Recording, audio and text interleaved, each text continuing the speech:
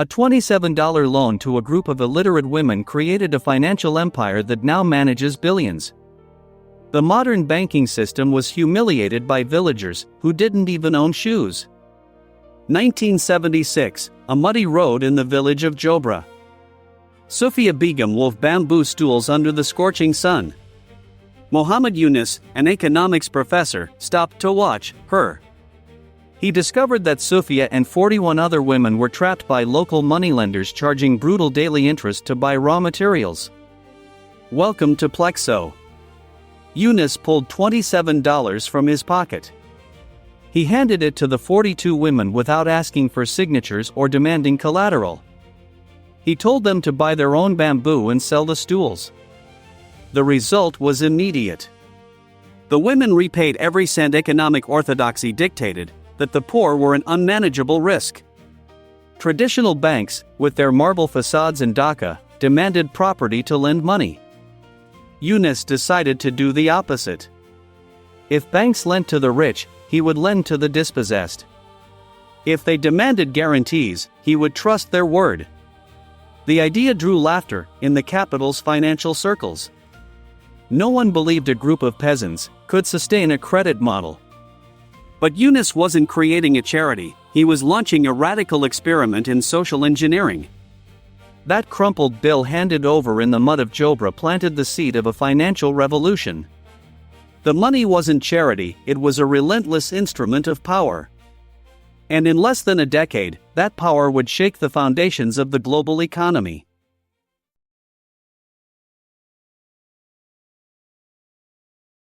In October 1983, the experiment was formalized by a government law. The Grameen Bank, the village bank, was born. Muhammad Yunus, a soft-spoken man with a compassionate gaze, always dressed in traditional Bengali clothes, took control. His calm appearance hid a ruthless financial strategist targeting poverty. Grameen Bank's model defied all capitalist logic. Yunus decided to lend exclusively to the most vulnerable, focusing 97% on women. He knew men often spent money on vices or themselves, while women invested in their children and home. To guarantee repayment, Yunus designed a relentless psychological mechanism: solidarity groups. Women had to form groups of 5. If one missed her payment, the rest of the group lost access to future credit. Social pressure replaced mortgage guarantees. Bangladesh's villages witnessed surreal scenes. Mountains of taka coins stacked on rough wooden tables in the middle of the jungle, while dozens of illiterate women counted their earnings under monsoon rain. The system worked, with brutal precision. The repayment rate exceeded 98%, a figure that shamed Wall Street giants. Grameen Bank didn't operate on charity, but on military discipline disguised as empowerment. Borrowers had to memorize and recite the 16 decisions, a strict set of rules dictating everything from how to build latrines to a ban on paying dowries. Yunus wasn't just lending money. He was rewriting the cultural structure of an entire nation through the power of controlled debt. The question was how long that architecture could hold before it cracked.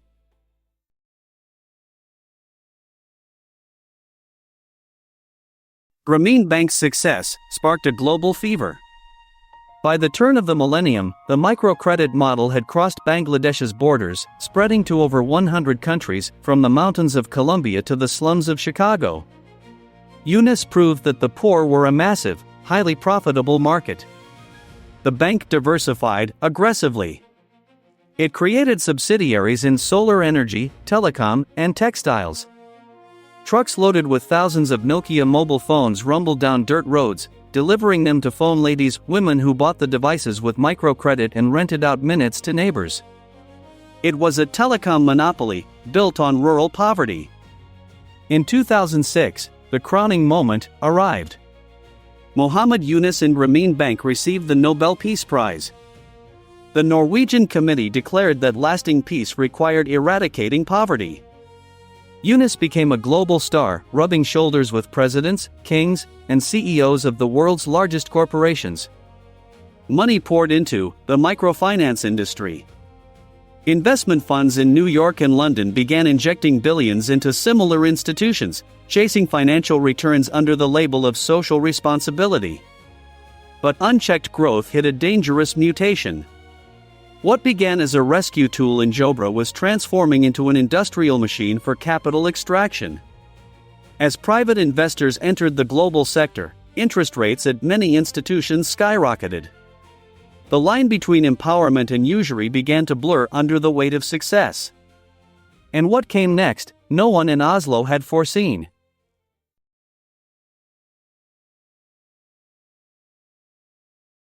The global honeymoon ended abruptly. In the 2010s, the dark side of microfinance came to light with fatal consequences. In neighboring states like Andhra Pradesh, India, hundreds of desperate borrowers took their own lives, unable to pay the exorbitant interest rates of other institutions that had copied and perverted Eunice's model. Villages filled with aggressive collectors. Stacks of foreclosure notices appeared nailed to the tin doors of the most vulnerable debtors. Although Grameen Bank kept lower rates, it didn't escape scrutiny.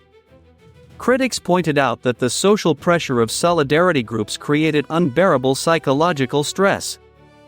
Women, terrified of public humiliation, sold their few animals or stopped eating to meet the weekly payment. In Bangladesh, Eunice's success sparked the fury of political power. Prime Minister Sheikh Hasina publicly accused him of sucking the blood of the poor through high-effective interest rates. The government launched a relentless campaign to dismantle his influence. In 2011, using an obscure retirement age rule, Bangladesh's central bank removed Eunice from Grameen Bank's leadership. The man who had built an empire of about 8.35 million borrowers was expelled from his own creation. The bank came under strict state control. The narrative of the microcredit miracle fractured. Academics began publishing devastating studies, showing that credit alone did not eradicate structural poverty, it only managed it. The executioner and the victim turned out to be the same institution.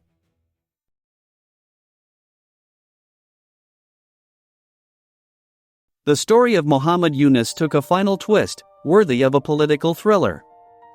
After years of judicial persecution and internal exile, fate handed him power in the most unexpected way. In August 2024, after massive student protests toppled Sheikh Hasina's government, Yunus was urgently called to lead the country. The image was astonishing. The banker to the poor, at 84 years old, sworn in as head of the interim government, surrounded by soldiers with assault rifles in the presidential palace in Dhaka. The man they tried to destroy now controlled a nation of 170 million people. Today, Grameen Bank still operates as a colossal financial giant. It has lent over $38 billion since its founding.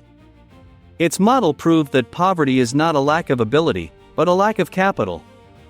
Yet the debate over its legacy remains open and fierce. To its defenders, Yunus is the visionary who saved millions of women from starvation and gave them financial dignity.